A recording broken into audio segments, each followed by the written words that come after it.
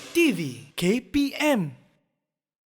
So earlier on, we took a look at an overview of what we all know regarding the text, Embracing Your Shadow. Before I show my pupils what a sample question might look like, I always have to take a little bit of time to remind them about the assessment objectives. Meaning, for all of you out there, as you are revising the short story with your teachers and friends, when you prepare an answer to any given question, your essay response should include these AOs, as I call them. Yeah? So normally I would tell the students, don't forget, it's not about the length, it's not about how long your essay is, but whether your essay has included AO1, 2, 3, and 4. If your answer lacks AO3, for example, then you would have done well with the other 3 AOs, but it would be lacking here, and you wouldn't be able to score high. Yeah? The AOs 1 to 4 refer to knowing the text well, understanding underlying meaning, the ability to discuss language use, and of course being able to provide a personal response. An example of personal response would be the earlier question that I asked Hanif about responding to a declaration of love. How would you feel? Would you respond positively, negatively? Those all make up AO4, right? Let's take a look at this slide where I have an extract or passage taken from the short story. As you can see, this specific extract comes from the end, towards the tail end of the text.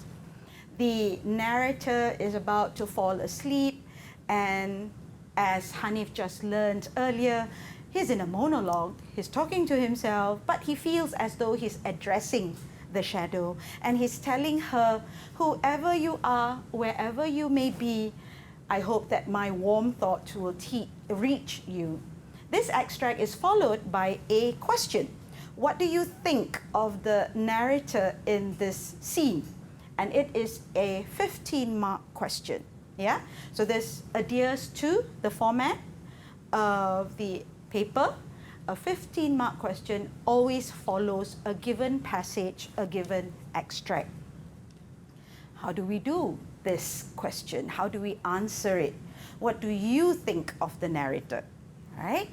I would ask the students to take a look at peel, or my formula often used with my students. Not the orange peel, not the tangerine peel, but the PEEL, which is your point, evidence, elaboration, and link formula. So, students out there, if you're responding to the question, what do you think of the narrator? Let's just say your first answer is, he's such a selfish individual. Fair enough, right? Fair enough. Fair enough. He thinks only of himself and not at all about the destruction he has brought about to his family. So you have the P there. The point I want to make is the narrator is selfish. The E that follows would be your evidence. Where in the text can you prove that he is indeed selfish? You have to be able to prove your statement, right? So that's your P and your first E. Your second E that follows is the elaboration. You cannot just put the P and the E, or the what and the where, but not explain the why, right? So if you say that he is selfish, if you say there's evidence from the text, you also need to elaborate. And here a child might say, the narrator feels that his broken marriage just confirms what he already feels, that his relationship with the shadow proves the shadow is his true love. Once you have done the P and the E and the E, you are left with the L, and the L is the link. How do you link all your answers back to the question? So one might summarize by saying, it is certainly frustrating, isn't it, to see a mature adult behave in such a selfish manner, and this selfish behavior includes resorting to this excuse, the specific excuse that has been given, how he mentions a grand uncle who also went through it. Liking someone, admiring someone from afar, never forgetting that someone that they met long ago. Right? So that's only one point. All right? What we've looked at so far is only one point. You could break it down into 2 paragraphs, for example. Okay? The next point is, point number 2, we may feel the narrator is foolish. Selfish, foolish. 2 strong points. So once you've dealt with point 1, now you move on to point 2. Right? You would say, the narrator, I feel, is foolish and naive. He believes that being in a relationship with the shadow is what actually brings him happiness. Can I just say that? No, I cannot. I must provide evidence. Evidence, very good. Hanif can already take this paper for SPM, yeah? What is the evidence that comes from the text? He seems to have no regrets when he says, my feelings for you will not fade away, despite the fact that it has been more than 18 years since I first saw you. Don't forget, what makes this short story or text so intriguing is the fact that they actually don't know each other. The shadow, or this mysterious stranger, doesn't know the narrator exists. We've established that. Right? And there are moments of lucid and clear thoughts on the part of the narrator where he says, I know that you don't know I exist, but I still love this relationship that we have. Right? So you have the P, you have the E, you have the second E, and that would be the elaboration. What can we say?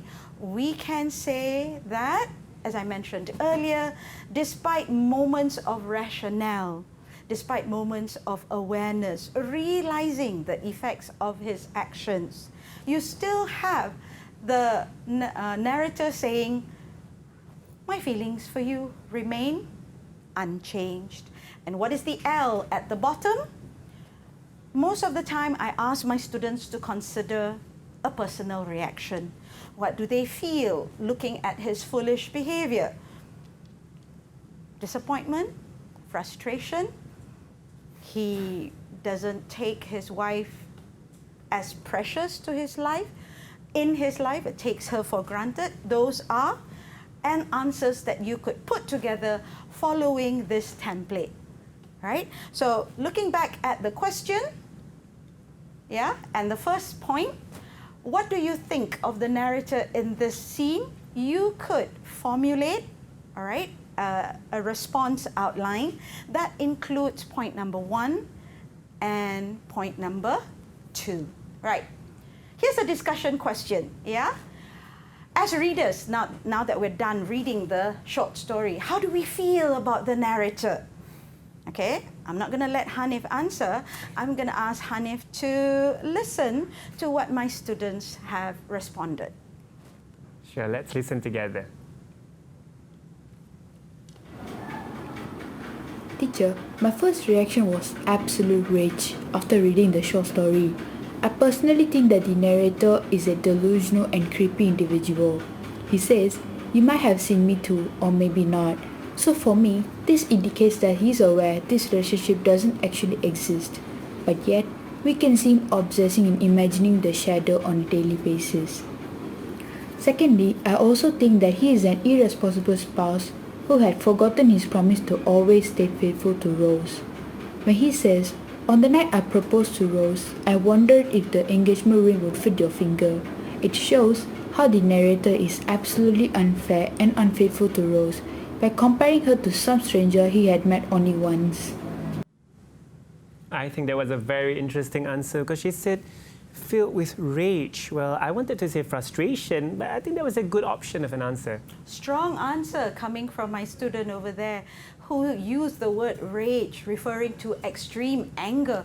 Also saying that she thought of the husband as an irresponsible spouse, forgetting the promise that he made when he exchanged marriage vows with Rose. So we've taken a look at the text, we've taken a look at a sample question and response outline. What's left is just the summary. And in summary, I think Hanif will agree, the narrator has an unhealthy obsession towards the shadow. And this short story serves as a reminder to all of us that when we are in a relationship with a loved one, he or she deserves open communication from us. We should never keep secrets from them. What else? They deserve our honesty, love, trust, and loyalty. Didik TV KPM